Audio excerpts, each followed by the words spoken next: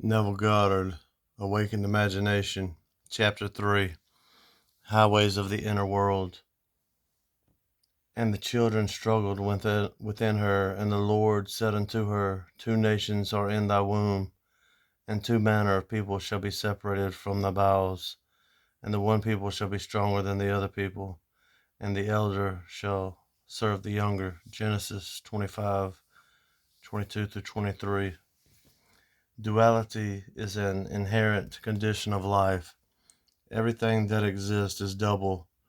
Man is a dual creature, with contrary principles embedded in his nature. They war within him and present attitudes to life which are antagonistic. This conflict is the eternal enterprise, the war in heaven, the never-ending struggle of the younger or inner man of imagination to assert his supremacy over the elder or outer man of sense. The first shall be last, and last shall be first. Matthew 19:30. He it is who coming after me is preferred before me. John 1:27. The second man is the Lord from heaven. 1 Corinthians 15:47. Man begins to awake to the imaginative life the moment he feels the presence of another being in himself.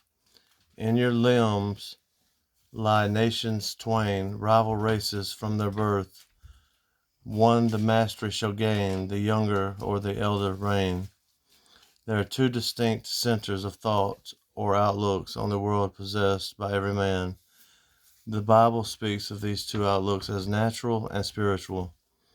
The natural man receiveth not the things of the Spirit of God, for they are foolishness unto him, neither can he know them, because they are spiritually discerned. 1 Corinthians 2:14.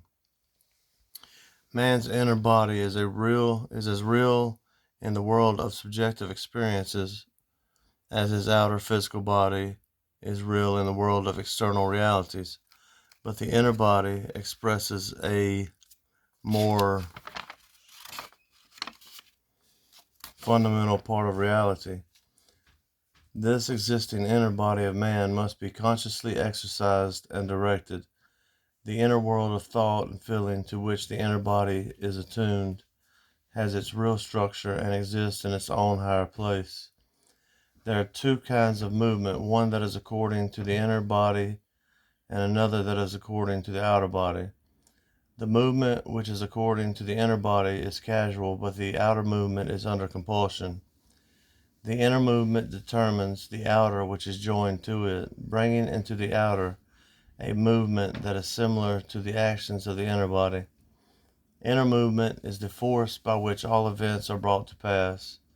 Outer movement is subject to the compulsion applied to it by the movement of the inner body. Whenever the actions of the inner body match the actions which the outer must take to appease desire, that desire will be realized. Construct mentally a drama which implies that your desire is realized, and make it one which involves movement of self. Immobilize your outer physical self. Act precisely as though you were going to take a nap, and start the predetermined action in imagination. A vivid representation of the action is the beginning of that action. Then, as you are falling asleep, consciously imagine yourself into the scene. The length of the sleep is not important. A short nap is sufficient. But carrying the action into sleep thickens fancy into fact. At first your thoughts may be like rambling sheep that have no shepherd. Don't despair.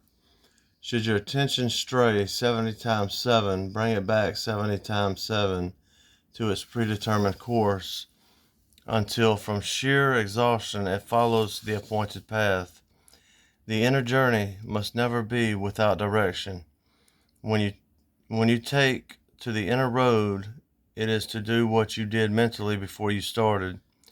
You go for the prize you have already seen and accepted. In the road of Xanadu, Professor John Livingston Low says, "But I have long had the feeling, which this study has matured to a conviction, that fancy and imagination are not two powers at all but one. The valid distinction which exists between them lies not in the materials with which they operate, but in the degree of intensity of the operant power itself. Working at high tension, the imaginative energy assimilates and transmutes. Keyed low, the same energy aggregates and yokes together those images which at its highest pitch emerges indissolubly into one. Fancy assembles, imagination fuses. Here is a practical application of this theory. A year ago, a blind girl living in the city of San Francisco found herself confronted with a transportation problem. A rerouting of buses forced her to make 3 transfers between her home and her office. This lengthened her trip from 15 minutes to 2 hours and 15 minutes. She thought seriously about this problem and came to the decision that a car was the solution. She knew that she could not drive a car, but felt that she could be driven in one. Putting this theory to the test, that whenever the actions of the inner self correspond to the actions which the outer physical self must take to appease desire, that desire will be realized. She said to herself, I will sit here and imagine that I am being driven to my office. Sitting in her living room, she began to imagine herself seated in a car. She felt the rhythm of the motor. She imagined that she smelled the odor of gasoline, felt the motion of the car, touched the sleeve of the driver, and felt that the driver was a man. She felt the car stop, and turning to her companion, said, Thank you very much, sir, to which he replied, The pleasure is all mine. Then she stepped from the car and heard the door snap shut as she closed it. She told me that she centered her imagination on being in a car, and although blind, viewed the city from her imaginary ride. She did not think of the ride, she thought from the ride and all that it implied. This controlled and subjectively directed purposive ride raised her imagination to its full potency. She kept her purpose ever before her, knowing there was cohesion in purposive inner movement. In these mental journeys, an emotional continuity must be sustained. The emotion of fulfilled desire, expectancy, and desire were so intensely joined that they passed at once from a mental state into a physical act. The inner self moves along the predetermined course best when the emotions collaborate. The inner self must be fired, and it is best fired by the thought of great deeds and personal gain. We must take pleasure in our actions. On 2 successive days, the blind girl took her imaginary ride, giving it all the joy and sensory vividness of reality. A few hours after her second imaginary ride, a friend told her of a story in the evening paper. It was a story of a man who was interested in the blind. The blind girl phoned him and stated her problem. The very next day, on his way home, he stopped in at a bar, and while there, had the urge to tell the story of the blind girl to his friend, the proprietor. A total stranger, on hearing the story, volunteered to drive the blind girl home every day. The man who told the story then said, If you will take her home, I will take her to work. This was over a year ago, and since that day this blind girl has been driven to and from her office by these 2 gentlemen. Now, instead of spending 2 hours and 15 minutes on 3 buses, she is at her office in less than 15 minutes.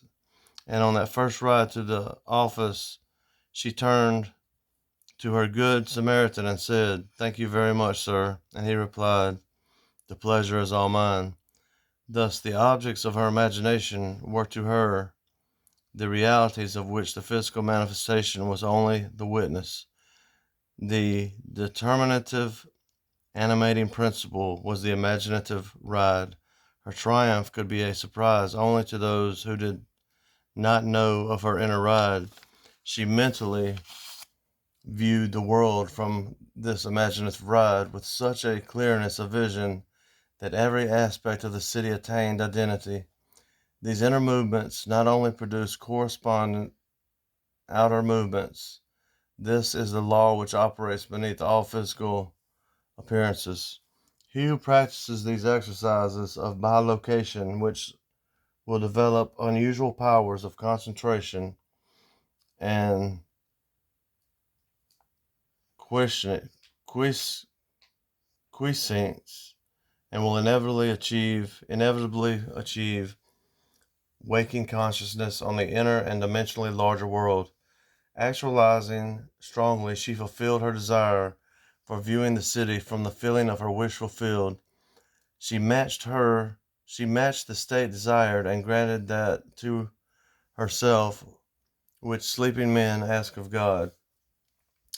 To realize your desire, an action must start in your imagination, apart from the evidence of the senses, involving movement of self and implying fulfillment of your desire.